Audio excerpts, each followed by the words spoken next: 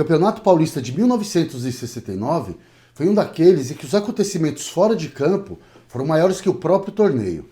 Aconteceram fatos muito marcantes que nunca deveriam ser esquecidos, principalmente por nós corintianos. Eu vou falar sobre a triste tragédia com os jogadores Lidu e Eduardo, mas também sobre outros acontecimentos importantes, como por que começamos a chamar os palmeirenses de porco e por que eles nem deveriam ter participado desse campeonato.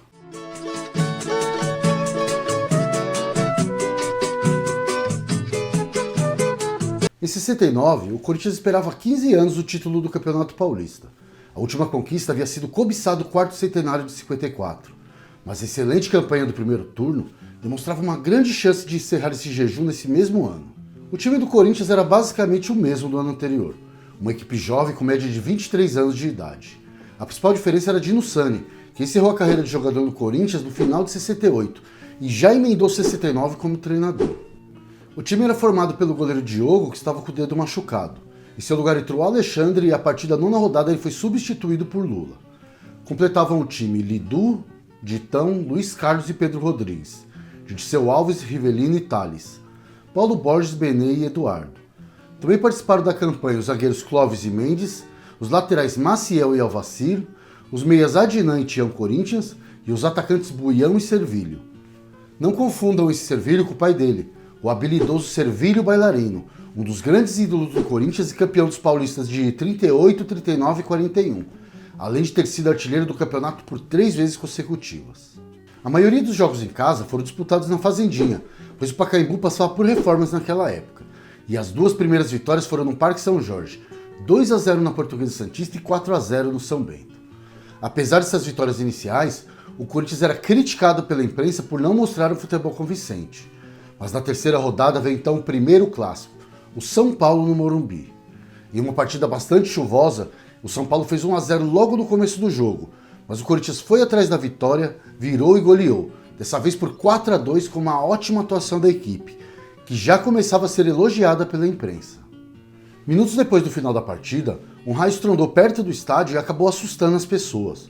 Na confusão houve um grande tumulto e um muro sem reforço acabou se despedaçando.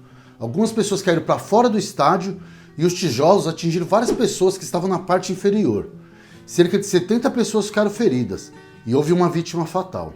O corintiano João Benedetti, de 53 anos, foi atingido pelos tijolos e acabou falecendo no local. Cerca de 300 torcedores e diretores do Corinthians e também do São Paulo se apresentaram à última homenagem desse nobre corintiano que foi sepultado com a bandeira do Timão. Depois do clássico, nova goleada, 5-0 do 15 em Piracicaba. Na sequência, empate com o América em 1-1 fora, vitória de 1-0 no Juventus em casa e outro clássico no Morumbi, a Portuguesa dos legendários Zé Maria e Basílio, que algum tempo depois vestiriam nosso manto sagrado. A Lusa saiu na frente em 2 oportunidades, mas o Corinthians empatou 2 vezes e virou o placar em 3-2. Mais uma virada no clássico mais difícil do primeiro turno. No jogo seguinte, desfalcado de Rivelino, sofremos a única derrota do primeiro turno, 1-0 para o Guarani na Fazendinha. Mas o Corinthians continuava em uma posição bastante confortável. Porém, faltava apenas um mês para as eleições do Corinthians, e o dia antes dessa partida, faleceu o ex-presidente do Corinthians, Alfredo Inácio Trindade, aos 61 anos. Sem ele, a oposição acabou se enfraquecendo, e Vadielu, que já estava há 9 anos na presidência do Corinthians, foi para seu 5º mandato consecutivo. Vadielu era conhecido por usar o Corinthians de benefício próprio e com propósitos políticos. Inclusive, ele era um notório apoiador da ditadura. Quase metade da fila de títulos, cerca de 11 anos, foi durante a sua gestão. Em razão disso, nasceria nesse mesmo ano a maior torcida organizada do Brasil, os Gaviões da Fiel. Na 9ª rodada, o Corinthians se reabilita e vence o Paulista em Jundiaí por 3-0. E na rodada seguinte veio o clássico contra o Palmeiras. A expectativa para esse jogo era muito grande. Era o confronto entre o líder do grupo A e o líder do grupo B. Ambos tinham os mesmos números de gols pró e de gols contra. O estádio estava cheio. Foram mais de 56 mil pessoas ao Morumbi, que ainda estava em processo de construção. O Corinthians começou o jogo pressionando e logo aos 14 minutos do primeiro tempo abriu o placar e fez 1-0. 3 minutos depois ampliou o resultado para 2-0. Foi uma grande vitória, com destaque para Lidu, que tinha como missão anular o ponto esquerda Serginho. O lateral corintiano foi soberano e fez uma de suas melhores partidas com a camisa do Corinthians. Um dia antes dessa partida, o jogador Copeu do Palmeiras havia sofrido um acidente ao capotar seu Fusca na Castelo Branco. Felizmente, ele voltou a jogar alguns dias depois. Em seguida, o último clássico do primeiro turno, contra o poderoso Santos de Pelé. Com mais de 63 mil pessoas, esse foi o jogo com o maior público do campeonato. Nem mesmo as partidas finais conseguiram superar esse número. Muitos torcedores que estavam com o ingresso na mão não conseguiam entrar no estádio, que já estava com as arquibancadas lotadas. Mas com o tumulto, a federação decidiu abrir os portões e entrou até mesmo quem não tinha ingresso. O Corinthians, mesmo desfalcado de Rivelino, fez uma boa partida. O lateral Lidu outra vez anulou um ponteiro, dessa vez o perigoso Edu. O Corinthians demonstrou futebol superior e venceu a partida por 2-0. O Pelé até tentou descontar com uma perigosa bicicleta na entrada da área, mas o goleiro Lula, sempre atento, defendeu de forma brilhante. Posteriormente, o próprio Pelé disse: "Depois que o Lula pegou aquela bola, percebi que ontem foi dia do Corinthians. O Santos nunca poderia ter vencido essa partida." Em seguida, o Timão vence a Ferroviária por 2-0 e o Botafogo por 1-0, ambos na Fazendinha. E o Corinthians termina o primeiro turno como a melhor equipe do campeonato, perdendo apenas uma partida e vencendo todos os clássicos. Foram 11 vitórias em 13 jogos, 30 gols prós e apenas 6 gols contra. Realmente era um time que tinha tudo para ser campeão e que aparecia como forte candidato ao título. Mas o segundo turno traria surpresas que nunca serão apagadas da nossa história. Mas antes de falar disso, eu peço aos corintianos que estão assistindo que não se esqueçam de se inscrever no canal para poder acompanhar momentos importantes da história do nosso grandioso Corinthians paulista. O Corinthians começa o segundo turno tão bem como no primeiro e vence a Portuguesa Santista por 3-1. Porém, nesse mesmo dia, o zagueiro Ditão do Corinthians teria uma péssima notícia. Seu irmão, que também se chamava Ditão e jogava no Cruzeiro, foi baleado pelo sogro, um racista que não queria que sua filha se casasse com um jogador. Felizmente, ele se recuperou algum tempo depois. Na segunda partida do segundo turno, o Corinthians empata com São Bento e Sorocaba em 1-1. Depois do jogo, a delegação partiu normalmente para o Parque São Jorge, onde os jogadores foram dispensados próximo das 8 da noite. Lidu e Eduardo decidiram comer uma pizza em um restaurante em Santana e saíram do Parque São Jorge próximo das 9 da noite. Lidu chegou do Londrina no ano anterior.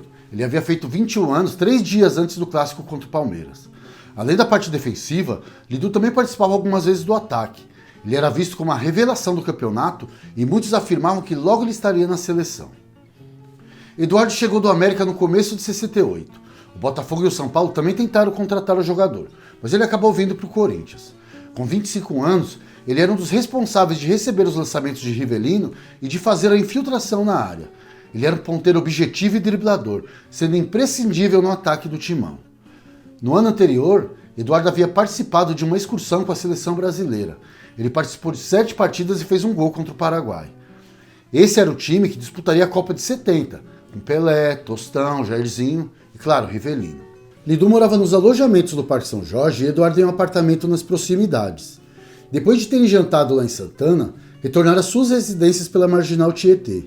Mas quando chegavam próximo à Ponte da Vila Maria, Lidu tentou desviar de um poste que já deveria ter sido retirado do local e o carro acabou capotando várias vezes, atirando os 2 jogadores para fora do veículo. Eles foram levados ao pronto-socorro, mas infelizmente já haviam perdido suas vidas em uma tragédia que chocava todo o país. O velório foi no Parque São Jorge. Familiares, amigos, jogadores e mais de 30 mil pessoas foram dar o último adeus. Depois Eduardo foi levado para o Rio de Janeiro e Lidu para Presidente Prudente, as cidades onde nasceram. Depois disso, o clima no Parque São Jorge era de profunda tristeza. Mas em um gesto de solidariedade, o diretor de futebol do Palmeiras ofereceu jogadores que não estavam sendo aproveitados ao Corinthians, algo que foi visto pela nossa diretoria como um gesto nobre e elevado por parte dos nossos rivais. Mas não foi isso que aconteceu. Foi convocada uma reunião a portas fechadas na Federação Paulista para decidir se o Corinthians poderia inscrever 2 jogadores extraordinariamente. Mas os outros clubes também poderiam fazer o mesmo, só que para isso acontecer a decisão teria que ser unânime. E para surpresa de todos, o Palmeiras disse não. O Corinthians retirou o pedido imediatamente e encerrou o assunto. Foi nessa reunião que Vadielu teria chamado os palmeirenses de espírito de porco. Depois o diretor do Palmeiras tentou justificar. Disse que a CBD deveria ter sido consultada antes. Só que já estava previsto que a decisão na Federação Paulista deveria ser homologada pela própria CBD posteriormente. Ele também usou como desculpa um acidente ocorrido em 66, quando Luiz Carlos do Palmeiras também perdeu a vida em um acidente automobilístico.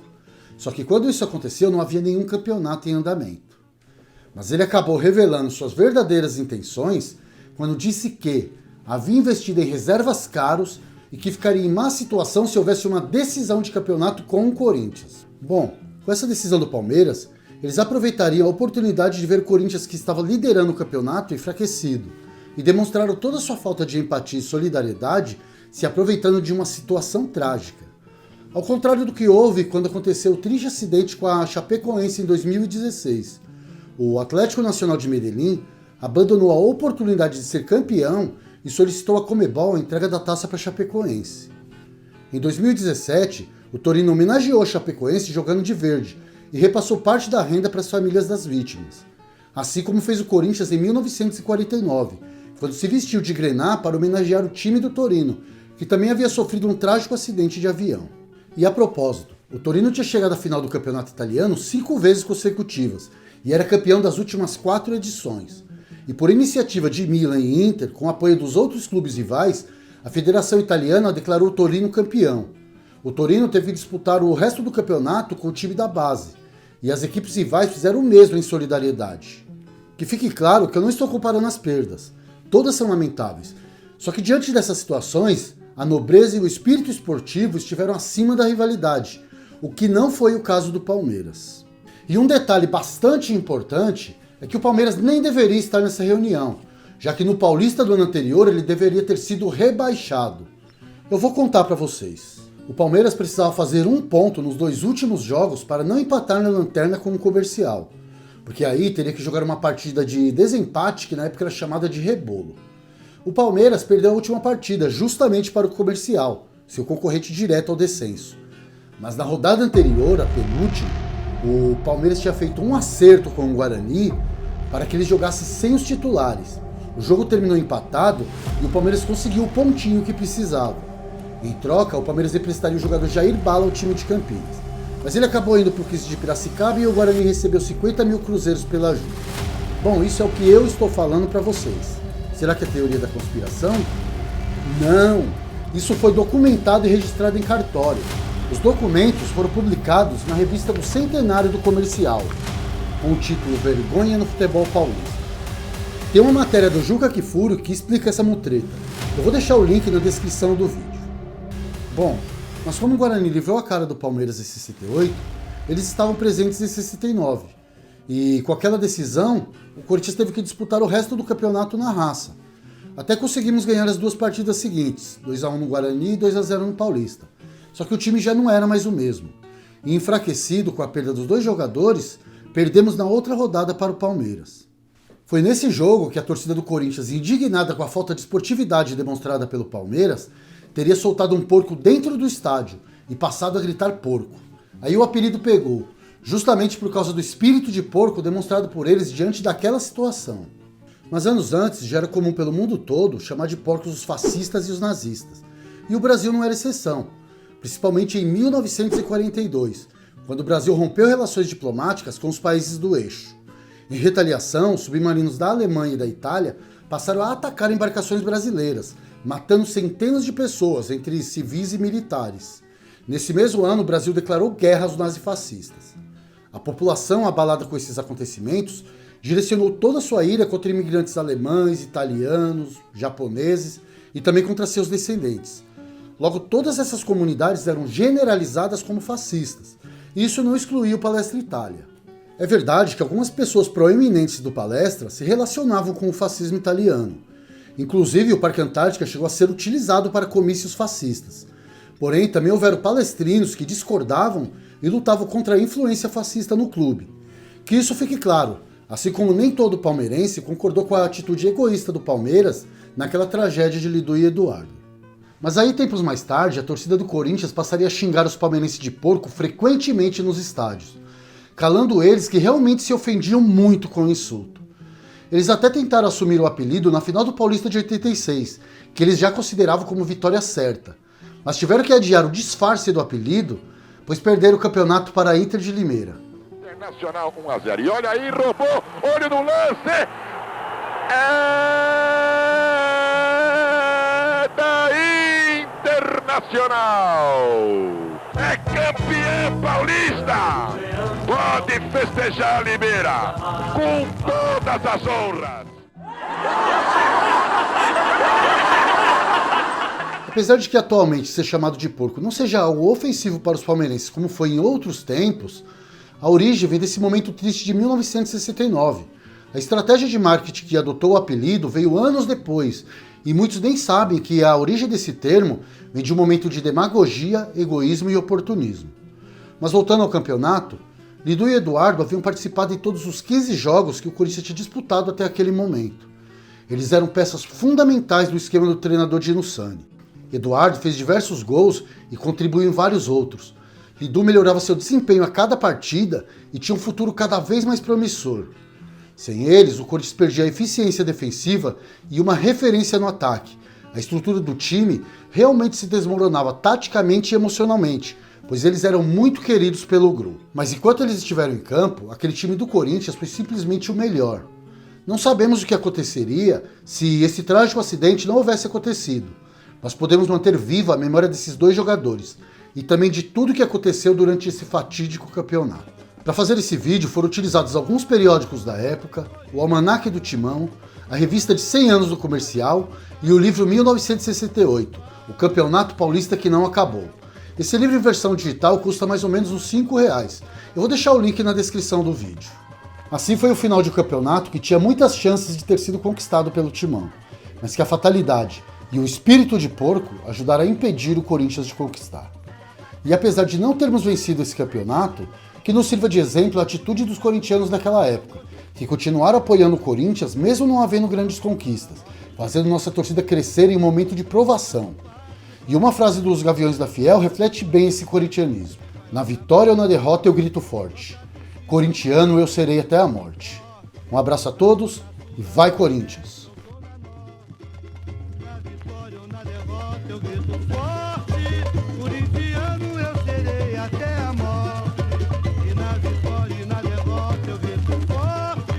Corintiano eu serei até